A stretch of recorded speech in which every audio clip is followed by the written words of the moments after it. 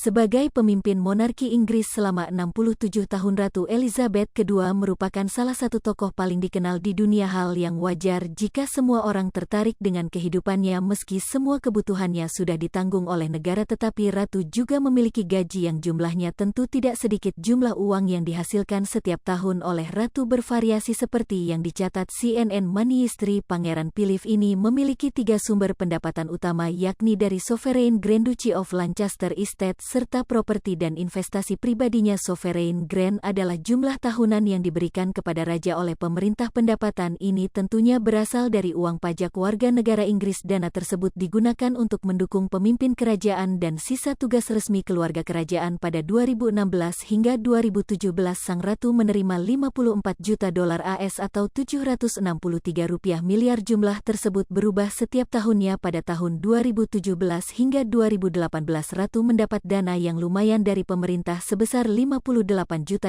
AS atau Rp820 miliar. Seperti yang disebutkan, ratu juga mendapatkan dana dari The Duchy of Lancaster yang merupakan perumahan pertanian dan kawasan komersial. Pada tahun fiskal 2018 pundi-pundi ratu bertambah sekitar $381 miliar dari pendapatan tersebut. Selain itu, ratu juga memiliki aset pribadi termasuk koleksi perangko yang berharga, properti Kastil Balmoral di Skotlandia dan perkebunan Sandringham di Norfolk. Pada Mei tahun 2019, tak lama setelah kelahiran cicitnya yang ke-8, majalah Forbes memperkirakan total kekayaan Ratu Elizabeth II sebesar $500 juta AS atau Rp7 triliun. Ratu memang tinggal di istana megah, memiliki banyak koleksi permata, koki pribadi, kepala pelayan dan pembantu rumah tangga. Walau begitu, ia juga memiliki kebiasaan berhemat dalam pengeluaran.